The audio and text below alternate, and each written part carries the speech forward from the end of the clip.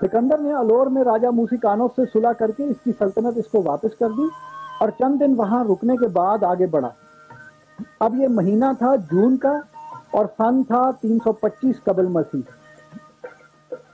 یعنی سکندر کو سندھو کی دھرتی پر وارد ہوئے پورا 1.5 سال ہو چکا تھا۔ اس مہم میں یہ پہلا موقع تھا کہ سکندر کا سفر دریائے سندھو کے ساتھ مغربی کنارے پر تھا۔ وہ الور یعنی موجودہ سکھر اور روڑی سے نکل کر وہاں سے گزرا جہاں آج شکارپور آباد ہے۔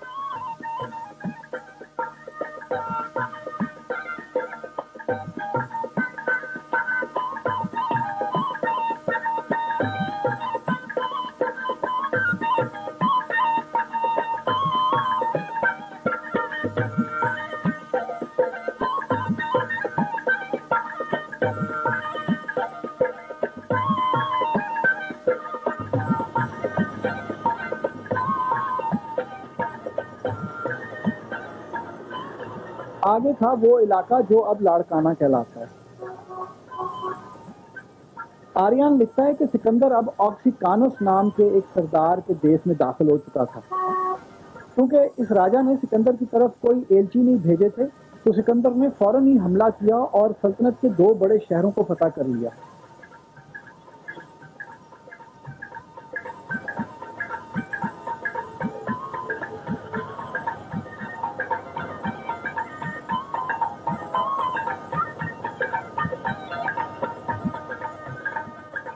آریان لکھتا ہے کہ یہاں سے سکندر کے ہاتھ بیش بہا خزانے لگے اور ان 2 شہروں میں سے ایک میں بادشاہ آکسیکانوس بھی گرفتار ہو گیا، اور یوں ہوا کہ ان شہروں کے فتح ہونے کے بعد جو قریب قریب کے اور چھوٹے بڑے شہر تھے ان کے فرما رواؤں نے بھی ہتھیار ڈال دیے۔ لیکن ایک بات جو ہمارا مستند تاریخ دان ہمیں نہیں بتاتا وہ یہ کہ آکسیکانوس کے یہ جو 2 بڑے شہر تھے ان کا نام کیا تھا۔ بہرحال ایک انگریز تاریخ دان نے ہمیں بتایا کہ ان شہروں میں سے ایک تو آج بھی لاڑکانہ سے چند کلومیٹر باہر آباد ہے۔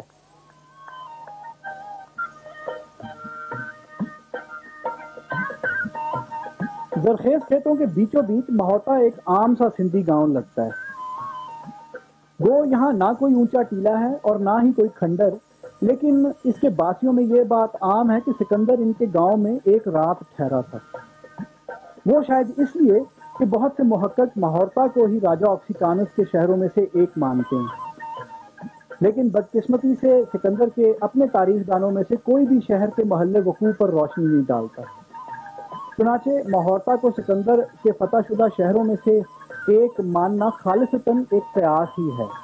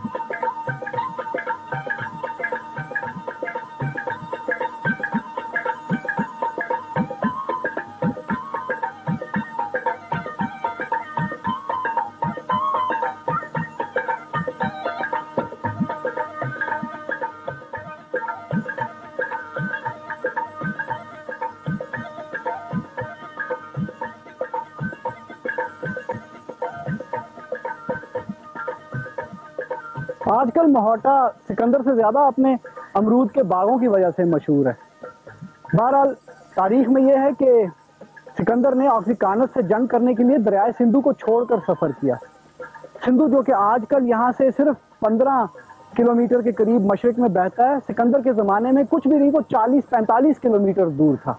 تو عین ممکن ہے کہ آکزیکانس کا تعاقب سکندر کو اسی علاقے کی طرف لایا ہو. ایک انگریز تاریخ دان یہ لکھتا ہے کہ ماہوٹا کا نام اس بات کی نشاندہی ہے کہ کبھی یہاں ایک اونچی دیواروں والا قلعہ تھا. وہ کہتا ہے کہ یہ گاؤں کا نام مہا اردہ سے بگڑ کر بنا ہے.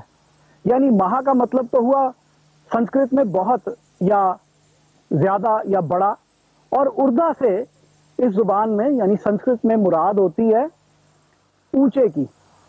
تو وہ کہتا ہے کہ مہا اردہ کا مطلب تھا اونچی دیواروں والا قلعہ. یعنی یہ اس بات کی نشاندہی ہے کہ کسی زمانے میں یہاں ماہوٹا میں ایک اونچی دیواروں والا قلعہ موجود تھا. تو عین ممکن ہے کہ وہی وہ قلعہ ہے کہ جس کو سکندر نے فتح کیا. سکندر کا آکزیکانس پر فتح یاب ہونا تھا کہ بقول آریان کے آس پاس کے تمام چھوٹے بڑے راجا اور سردار متی ہو گئے اور خیر سگالی کے پیغام لے کر یونانی دربار میں آئے. لیکن ایک بادشاہ سرکش ہی رہا. اس کا نام ہمیں آریان کی تاریخ میں سامبوس پتہ چلتا ہے.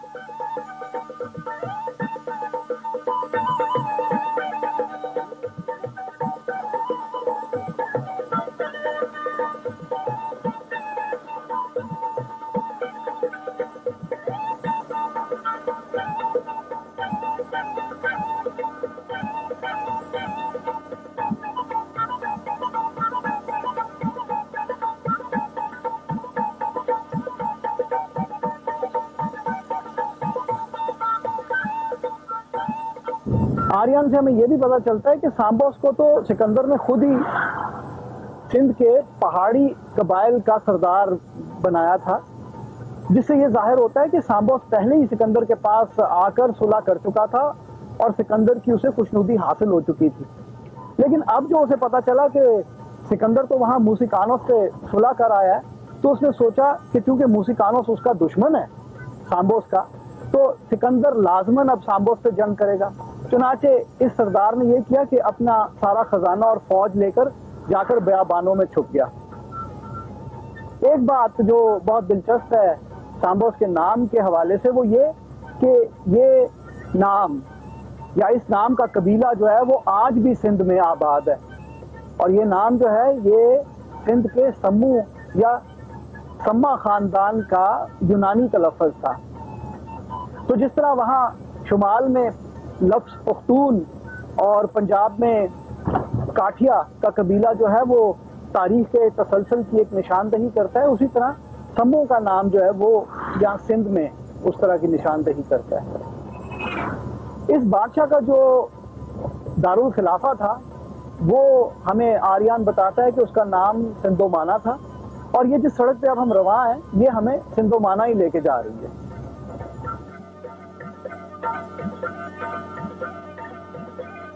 آریان لکھتا ہے کہ سمو سندھ کے پہاڑی قبائل کا راجا تھا، اور یہ علاقہ بالکل سپاٹ اور ہموار ہے. لیکن اگر آپ سندھ کے قدیم نقشوں کا جائزہ لیں تو آپ دیکھیں گے کہ اس زمانے میں بھی یونانی جغرافیہ دان سندھ کے ایک پہاڑی سلسلے سے واقف تھے. لاڑکانہ کے مغرب میں شروع ہونے والے کھیر تھر کے پہاڑ جنوب کو ساحل سمندر تک جاتے ہیں. چنانچہ اگر کسی پہاڑی قبیلے کا ذکر ہے تو وہ موجودہ لاڑکانہ سے 35-40 کلومیٹر مغرب کی جانب تھا. سکندر راجہ سمو کے تعاقب میں سندھومانا پہنچا.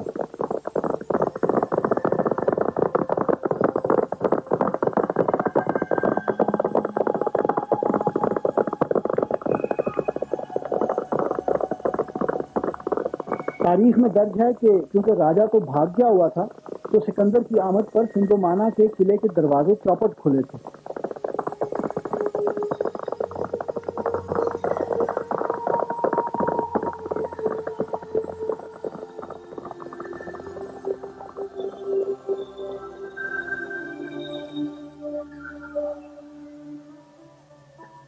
ڈھائی ہزار سال پہلے کا سندھومانا اب سیون کہلاتا ہے.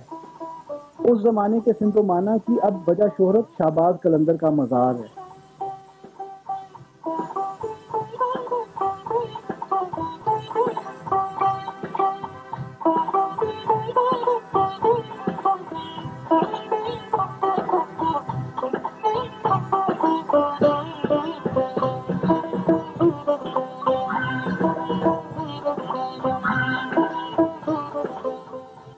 لیکن یہاں ایک پرانے قلعے کے آثار آج بھی موجود ہیں. یہاں بھی دلو رائے کی طرح کے بدخصلت بادشاہ کی کہانی سنائی جاتی ہے، اور یہ کہ اس کی بد کرداری کی وجہ سے قدرت نے اس قلعے کو الٹ دیا. لیکن یہ صرف کہانیاں ہیں.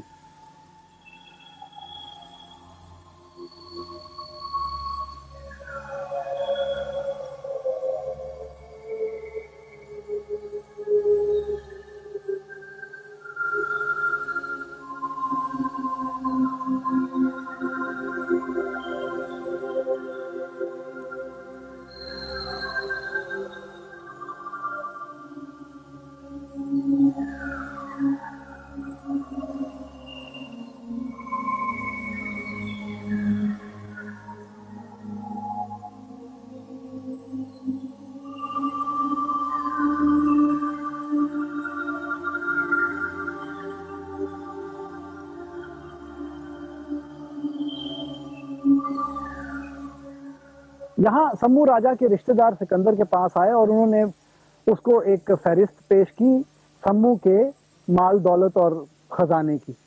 ساتھ ہی انہوں نے سکندر کو یہ بھی بتایا کہ سمو اس لیے نہیں بھاگ گیا کہ اس کو سکندر سے کوئی خوف تھا ویسے، لیکن اس لیے کہ چونکہ سکندر نے اس کے دشمن موسیقانوس سے صلح کر لی ہے تو اب وہ یہ سمجھتا تھا کہ سکندر اس کے خلاف کوئی کاروائی نہ کرے. ہمارا مستند تاریخ دان آریان ایک بار پھر کچھ شکوک چھوڑ دیتا ہے. وہ سمو راجا کا قصہ ادھورا چھوڑ کر ہمیں یہ اطلاع کرتا ہے کہ الور سے خبر آئی کہ راجا موسیقانوس نے بغاوت کر دی ہے. چنانچہ سکندر نے کچھ فوج وہاں بھیجی اس راجا کو پکڑ کے لانے کے لیے، اور باقی فوج کے ساتھ اس نے یہاں سندومانا کے ارد گرد کے جو گاؤں اور شہر تھے وہاں حملہ کیا، کیونکہ اس کو خبر یہ ملی تھی کہ الور کی بغاوت کے پیچھے ادھر کے جو پنڈت وغیرہ تھے ان کا ہاتھ تھا. تو پھر جب وہاں سے اس کی فوج موسیقانوس کو پکڑ کے لائی تو سکندر نے، تاریخ سے ہمیں یہ پتہ چلتا ہے کہ اس نے راجا موسیقانوس کو پھانسی دلوا دی.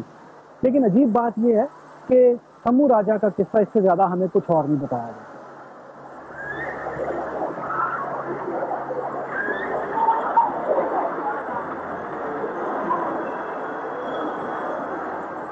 آریان کے برعکس اسی زمانے کا ایک ماخذ ہمیں یہ خبر دیتا ہے کہ سمو راجا کا صدر مقام آرام سے نہیں بلکہ ایک شدید جنگ کے بعد سکندر کے ہاتھ ہے. یہ تاریخ دان لکھتا ہے کہ سیون کے قلعے میں یونانی فوج سرنگیں لگا کر داخل ہوئی اور قلعہ فتح کر کے انہوں نے 80,000 سندھی راجپوتوں کا قتل عام کیا. لیکن یہ تاریخ دان بھی سمو راجا کے انجام کے بارے میں خاموش ہے. نہ اس کے صلح کی خبر ہے اور نہ اس کو سزا دینے کا پتہ. گمان ہوتا ہے کہ اس راجپوت نے سکندر کے ساتھ کوئی ایسی کاروائی کی کہ سکندر اور اس کے تاریخ دان اس کاروائی کو تاریخ کا حصہ بنانے کو معیوب سمجھتے رہے اور اس پر خاموش ہو گئے. بہرحال تاریخ یہ ضرور کہتی ہے کہ ان کاموں سے فارغ ہو کر سکندر واپس اپنے مرکزی کیمپ میں آیا جو کہ دریا کے کنارے بتایا جاتا ہے.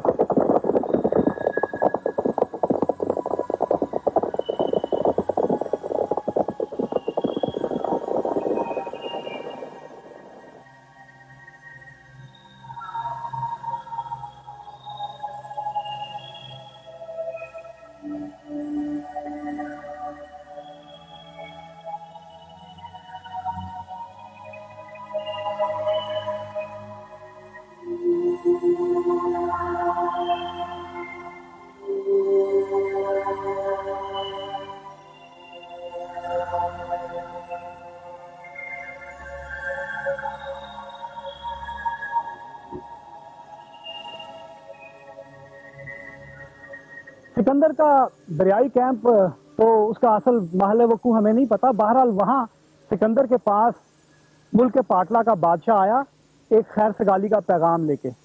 سکندر نے اس کو اپنے ملک واپس بھیجا کہ وہ جا کر وہاں یونانی فوج کے آمد کی تیاریاں کرے. خود سکندر نے یہاں آس پاس جو قلعہ بند شہر تھے ان کا بندوبست اپنی مرضی کے مطابق کروایا اور آگے چلنے کی تیاری کرنے لگا. یہ تو ہے ابھی تک اصل تاریخ. ہم نے اس کہانی میں ابھی تک کسی بھی روایت کا ذکر نہیں کیا، تو اب آپ کو ایک دلچسپ روایت بھی سناتا چلوں. کہا جاتا ہے کہ جب سکندر یہاں سندومانا یا سیون کے گرد و نواح میں تھا تو اس نے اپنے جرنیل نیارکس کو ایک بیش بہا خزانہ دے کر روانہ کیا یہاں سے شمال مشرق کی سمت میں. اس نے نیارکس سے یہ کہا کہ وہ 10 دن کا سفر طے کرے اور ایک ریگستان میں پہنچ کر اس خزانے کو وہاں دفنا دے.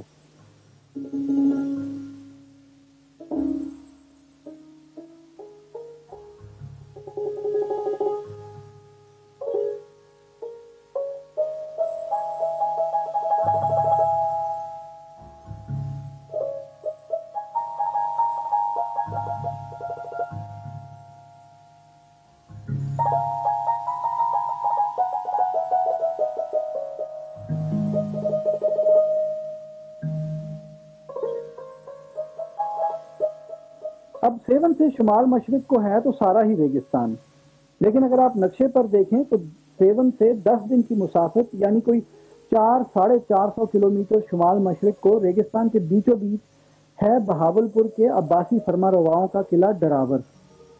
وہ کہ اس قلعے کی تاریخ بہت دلچسپ ہے لیکن ہم اس میں نہیں جائیں گے.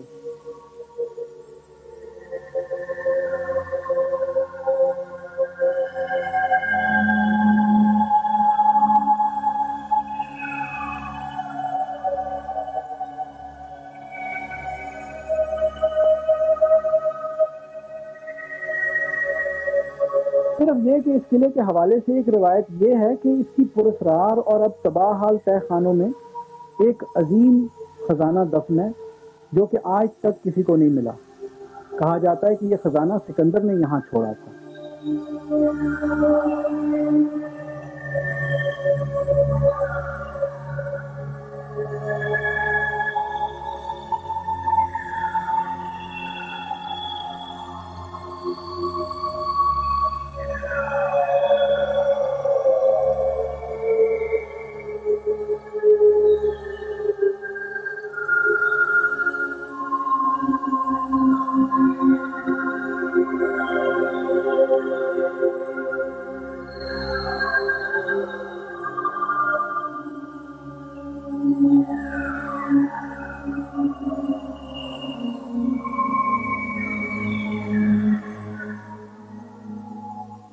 خزانوں کی تو بے شمار روایتیں ہیں لیکن تاریخ سے ہمیں پتہ چلتا ہے کہ ابھی 500 سال نہیں ہوئے کہ یہاں ڈراور سے واقعی ایک خزانہ نکالا گیا جو کہ بہت بڑا خزانہ تھا. یہ سن 1522 کا قصہ ہے کہ جب سندھ پر قابض ہو جانے کے بعد چنگیز خان کی اولادوں میں سے ایک جس کا نام شاہ حسین ارغون تھا وہ یہاں حملہ آور ہوا. تاریخ ہمیں یہ بھی بتاتی ہے کہ اس کو یہاں دفن خزانے کی پہلے سے ہی خبر تھی.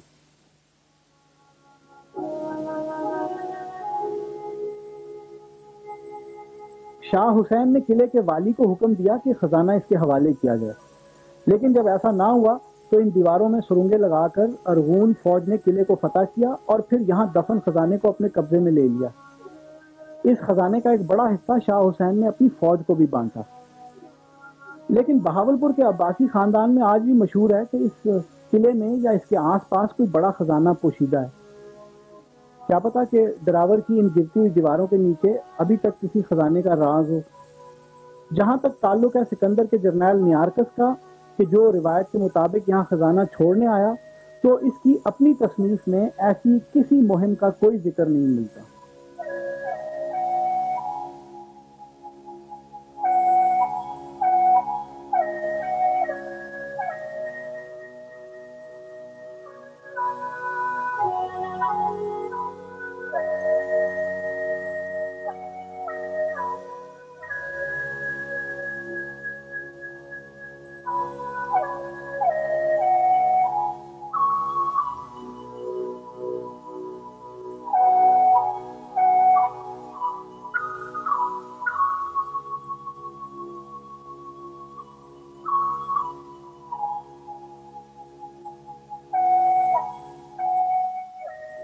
یہ تو ایک روایت جس کا کچھ تعلق سکندر سے جڑتا ہے. بہرحال سن 325 قبل مسیح میں جبکہ جولائی کا مہینہ چڑھ چکا تھا، سکندر یہاں سندومانا کے بندوبست سے فارغ ہوا اور واپس اپنے دریائی کیمپ میں لوٹا. وہاں اس نے ملک کے پاٹلہ کی طرف روانہ ہونے کے لیے تیاری پکڑی اور وہ اس کا سفر کشتیوں کے ذریعے تھا.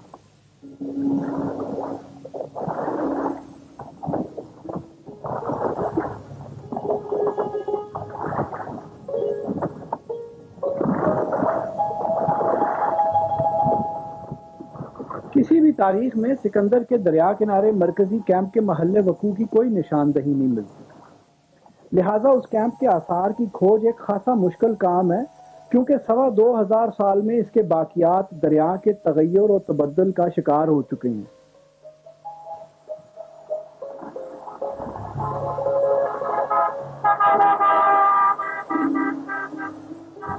تو اب سکندر چلا اپنی فوج لے کر دریا کے ساتھ نیچے کشتیوں میں، اور تیسرے دن اسے خبر آئی کہ پاٹلا کا راجا، جو کہ ابھی چند ہفتے پہلے ہی سکندر کے دربار میں آیا تھا اور جس نے اپنی ساری سلطنت سکندر کے حوالے کر دی تھی، تو وہ اپنی رعایا سمیت بھاگ گیا ہوا ہے، اور یہ کہ اس کا جو دارالخلافہ ہے وہ ویران اور بے یار و مددگار پڑا ہے۔ چنانچہ سکندر نے اپنی پیش قدمی کی رفتار بڑھائی کہ وہ فوراً سے پیش کر وہاں پاٹلا پہنچ سکے۔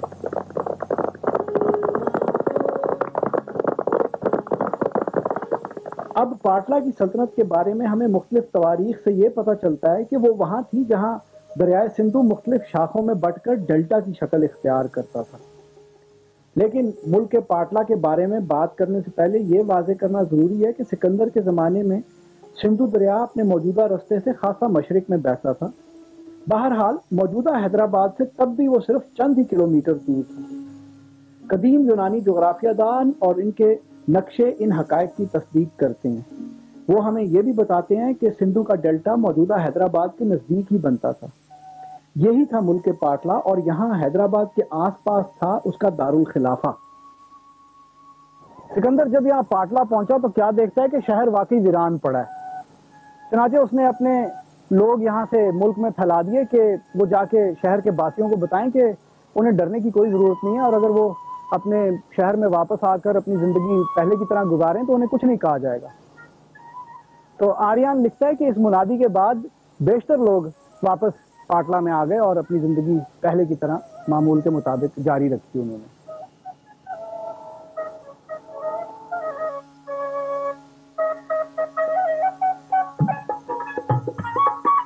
حیدرآباد کا جانا پہچانا پکا قلعہ سندھ کے عظیم فرما روا میاں غلام شاہ کلہوڑا نے سن 1758 میں بنوایا تھا، لیکن اب یہ قلعہ کم اور بہت سے محلوں کا مجموعہ زیادہ نظر آتا ہے۔ دور اندیش اور سمجھدار میاں غلام شاہ نے اس شہر کو اپنا دارالسلطنت بنایا اور اس کا نام حضرت علی رضی اللہ تعالی عنہ کی نسبت سے حیدرآباد رکھا۔ اس وقت یہاں ایک چھوٹا سا قصبہ تھا اور پاٹلا کا نام لوگوں کی یادداشت سے مٹ چکا تھا۔ کہتے ہیں کہ اس زمانے میں حیدرآباد کو نیرون کوٹ کہا جاتا تھا، وہی نیرون کوٹ جہاں سن 711 عیسوی میں محمد بن قاسم نے ڈیرے ڈالے تھے، اور جس شہر کے بدھ مت کے پیروکار باسیوں نے مسلمانوں کے نظم و ضبط سے متاثر ہو کر جنگ کیے بغیر شہر ان کے حوالے کر دیا۔ لیکن سندھ کے دو معروف تاریخ دان تاج صحرائی اور بدر ابڑو کا خیال ہے کہ نیرون کوٹ یہاں حیدرآباد میں نہیں بلکہ یہاں سے 70-80 کلومیٹر شمال مغرب میں کھیرتھر کے پہاڑوں میں تھا۔ سن 1849 میں ولسن نامی ایک انگریز محقق کو سیون کے برہمنوں نے بتایا کہ ان کی روایتوں میں حیدرآباد کو نیرون کوٹ کہا جاتا تھا۔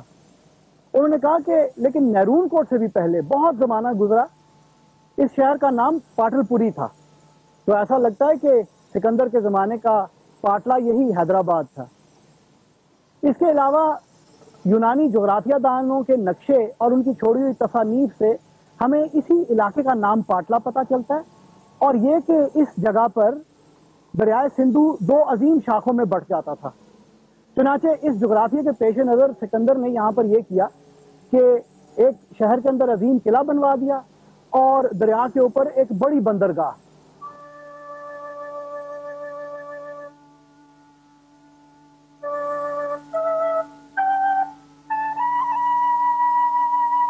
جن دنوں میں یہ تعمیر و مرمت کا کام جاری تھا تو سکندر نے سندھو کی دونوں شاخوں میں یک کے بعد دیگرے کشتی کے ذریعے سفر کرنے کی ٹھانی، تاکہ وہ یہ دیکھ سکے کہ آیا یہاں سندھو جہاز رانی کے لیے موزوں ہے کہ نہیں۔ تب اگست کا مہینہ تھا اور دریا میں سیلاب کی سی کیفیت، اور سکندر نے سندھو کی دونوں شاخوں کو مکمل طور پر جہاز رانی کے قابل پایا۔ لیکن 2400 سال گزر جانے کے ساتھ دریا کے جغرافیہ میں خاصی تبدیلی آ چکی ہے، اور اب نہ تو یہاں اس قسم کا پانی ہوتا ہے، اور ڈیلٹا بھی حیدرآباد سے خاصا نیچے جا کر بنتا ہے۔ یہاں سکندر نے اپنی فوج کو 2 حصوں میں بانٹ دیا، ایک کی قیادت تو اس نے خود لی، دوسرا حصہ اس نے اپنے جرنیل نیارکس کے حوالے کیا کہ وہ ان کو یہاں کشتیوں میں بٹھا کر نیچے سمندر تک لے جائے اور وہاں سے بحری سفر کے ذریعے انہیں واپس دیس تک۔ تو یوں سن 325 قبل مسیح میں جبکہ ستمبر کے مہینے کے آخری دن تھے، سکندر نے پاٹلا سے کوچ کیا، لیکن ابھی بھی یہ سندھو دریا پر جو اس کی مہمات تھی یعنی انڈین کیمپینز، اس کا اختتام نہیں تھا۔ ابھی سکندر کے آگے ایک لمبا سفر تھا جو کہ ایک بے آب ہو گیا اور بہت ہی خوفناک ریگستان میں سے تھا۔